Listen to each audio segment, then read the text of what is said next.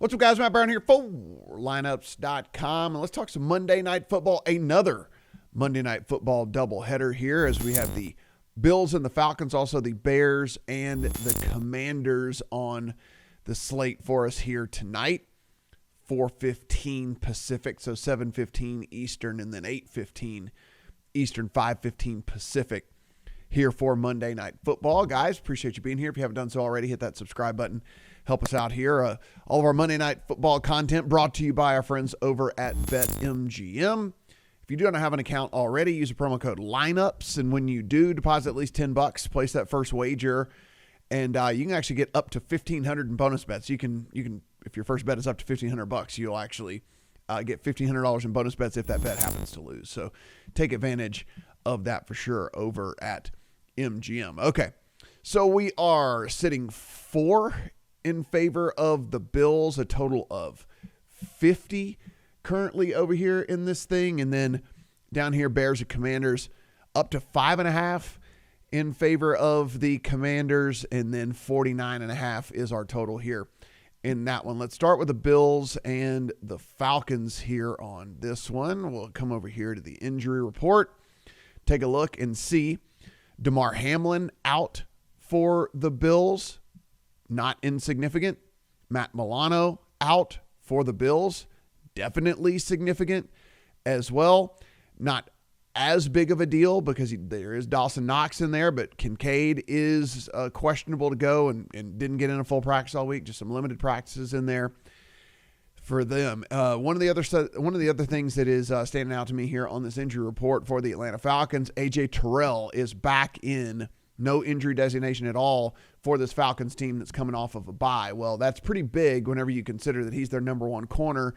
And it's kind of a group that is okay if everyone's out there, but certainly thin if you're having any problems with injuries.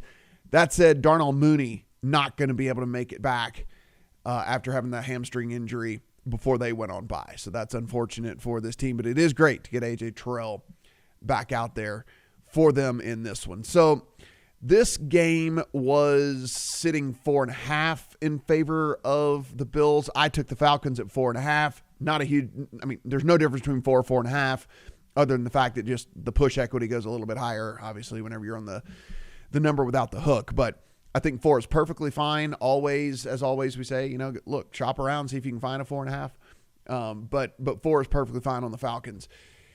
We talked about those injuries on the defensive side of the ball for the Bills, and this is a defense, honestly, that hasn't been playing all that good anyway, specifically in the run game, in which you will find this team at the bottom of the NFL so far in EPA per play allowed with the rushing success rate. They are allowing a really high rushing success rate. They're at the bottom of the league down in that. And if you're the Falcons, you invested a huge amount of draft capital in Bijan Robinson, and this is the time where you were able to sit back on the bye, watch this Bills team lose last week to the Patriots, figure out some things that you can do to exploit and take advantage, and go in and do just that. I don't love this Falcons team by any stretch of the imagination, but we're getting on the other side of a field goal against a team that can't defend the run and a team that is down their best linebacker and a starting safety for them.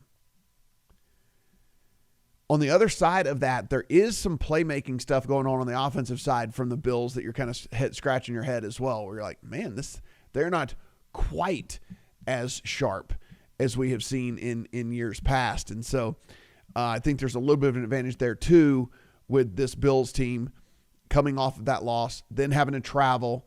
Yeah, it's a dome, so there's no weather situations or anything like that, but having to travel after getting beat up at home by the Patriots and then coming into a team that's coming off of a bye. There's another way we can go about playing this, which tells the story as well. Obviously with these same game parlays, you can basically manufacture your own teaser, but just not, you don't have to ask for as many points. And so you can get a better price. Obviously teasers have gotten super expensive now. If I like the Falcons, I have to probably like the under as well. If I think that the game is going to stay close, then it's probably not this Falcons team getting in a firefight with the Bills. It's just probably not going to be the scenario in which that happens. And so you go in, same game parlay, And basically we can go to the spread, and instead of the 4, we can go ahead and just kindly ask the books to give us the other side of the touchdown. So 7.5 there on the Falcons, just in case this thing gets a little bit more out of hand than we think. And then on the total side of things, we can go down and ask for 55.5 on that. We'll take the under on the 55.5, and you pop those together and you actually get plus 110, which is a much, much better price than you get on a teaser, because we're not asking for the full 6 points from the book here. A 55 total means that 31-24, and we're still under in this game, right? So 34-21, and we still win this puppy, though I don't think it's going to get that high. It gives us a little bit of breathing room. So just another little plus money play that you could put into this game. If you want to get real, if you want to get real froggy, of course you can start adding some of the player props and things like that. But I mean, listen, it's a pretty solid plus money bet there to get the other side of a touchdown with the Falcons, and then to get this thing under 55.5. But of course, Bijan is Bijan, and if the key to this game, in my opinion, is him getting going on the ground, then obviously you can do whatever you want to with Bijan. I mean, if you want to take 50 plus yards with him, you could add that in there. It only brings it up to 130. It's probably not even worth it. So really do like just sticking with that. Over in the other game, we'll flip back out here over at Bears and Commanders, again sitting 5.5 in favor of the Commanders, 49.5 the total here in this one. We'll check out the injury report of this game. Grady Jarrett going to be out, coming out of a bye, which is a bummer for this Bears team. But Grady Jarrett not going to be able to make it back. And then Colston Loveland, of course, their first-round draft pick, is questionable. But you see he did get the full practice there on Saturday. Very likely to go for them, getting that full practice. Over on the Washington side of things, they are down their 2 wide receivers in McLaurin and Noah Brown. Both of them are still out. Sam Cosmi on the offensive line, still doubtful for them, so he's not going to be able to make it back off of IR. And then Chris Rodriguez and Deebo Samuel, both questionable, both DNPs on Saturday. Rodriguez, 3 straight DNPs, so even if he does go, it's a calf injury for a running back. Very unlikely to be effective. And then Deebo has a heel injury. So basically the way that they chose to do him this week is a DNP, a limited, and then a DNP on Saturday. He's going to play, but obviously this heel thing is very, very real. So real that they're having to give him multiple days off during the week to rest that thing up. There is a little bit of weather going on in this one. As you can see, it's going to be a little rainy and a little windy. Look, 12, 13 miles an hour. It's not really huge from a sustained standpoint, but these gusts at 20, those certainly can affect long passes, long kicks, things like that, or whatever. So just something to keep in mind. But it doesn't look like this is going to be too troublesome here unless the rain forecast gets way worse. And then at that point, you add in the gusts of the wind and all that. Now the rain's going sideways and hitting these dudes in the face and stuff and things like that. So stuff that we'll just have to monitor as we get a little bit closer to kickoff here on that one. So I'm falling for it. So I'll go ahead and fall for this thing, and I'll take the Bears. Coming out of a bye with Ben Johnson, going up against a team without their top 2 wide receivers. Can Ben Johnson get this offense to where they can do something outside of the first couple of drives of the game? I mean, they look like a competent offense, and then just the rest of the game, they can't seem to get anything going for whatever reason. That said, you look, and even though the offense hasn't been all that great, this Washington defense hasn't either. 20th overall DVOA. So it's not like they are some impenetrable force here that if Ben Johnson did figure out a little bit of something on the break, that they can't go in and have some success against this Washington defense. I mean, if we start to look and how they like to play defense and things like that, I mean, we're going to be getting, it seems like we're going to be getting kind of like, decent 2-high situations, looking for the Bears to maybe take advantage of all of these different playmakers that they have.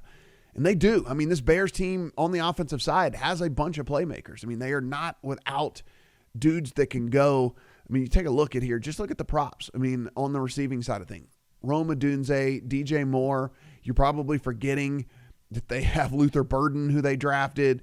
Zacchaeus is in there as well. Cole Kmet, who probably will step in and if Loveland can't go for whatever reason. But it's pretty loaded offense. And even with this high-ish number here on Rome Odunze, I have a really strong lean towards the over for him. He has really stepped in and has become the number one receiver for this team and is getting the majority of the first looks from Caleb Williams. And I also think, again, in that bye week, you see how good Odunze's been. I think that Ben Johnson figures out some ways to get him even more involved in this offense. And so I like me some Rome Odunze in this one, and like me some Luke McCaffrey. I understand Deebo Samuel is likely to be the biggest beneficiary of there not being Noah Brown and not being Terry McLaurin out there. That said, he can't catch them all. And honestly, Deebo's just a volume dude at this point in his career. Like, he has to get to 60 by getting 6 catches, right? And he very well might. I mean, they just get the ball in his hands in space, and he does very, very well with yards after catch. But someone else has to step up. Traditional thinking, I think people are going to think, well, it's Zach Ertz, the old veteran, the dude, and all of that. But Luke McCaffrey started to get some looks from Jaden Daniels, and I think Luke McCaffrey is the dude that ends up seeing a couple of extra looks as well from Jaden Daniels in this game with those receivers out and them knowing those guys were going to be out. Like, those guys weren't close to playing this week. And so he was getting the run with the first team out there. And I think that he ends up getting some extra looks here from Jaden Daniels. So a couple of overs that I actually do like in Rome Odunze and Luke McCaffrey. I'd lean towards the under on Deebo, but I just don't have the huevos to get that in the account because he could just get their own volume. Like I said, I mean, they might just draw up 6-7 receptions to him within 3 or 4 yards of the line of scrimmage. And then he's so good after the catch that he may not be able to get there on volume alone, but don't love that number on Deebo Samuel. Certainly if I was playing like a same gamer or something, I would certainly take the under there on that one. But guys, I don't know if this will hit 6. If it does, I will be coming back in for some Bears. I really do think that this team has some potential, and going up against this particular defense in which you should be able, again, we always famous last words and what should happen in these things, but should be able to have some success against a defense that has given it up to multiple different teams so far this year. If you kind of take a look at where these teams stack up and what the likeliest success should be, I mean, you look and it's, man, the early down success of the Bears has been so bad. It cannot be worse, which is why I think they're just a little bit off here. And if they can start to get those 4 and 5 yards on first down and not always be looking at 3rd and 8, I think you're going to find this team can really unlock some stuff here, and they're going to figure it out here against this Commanders team. So, like taking the 5.5, would love a 6.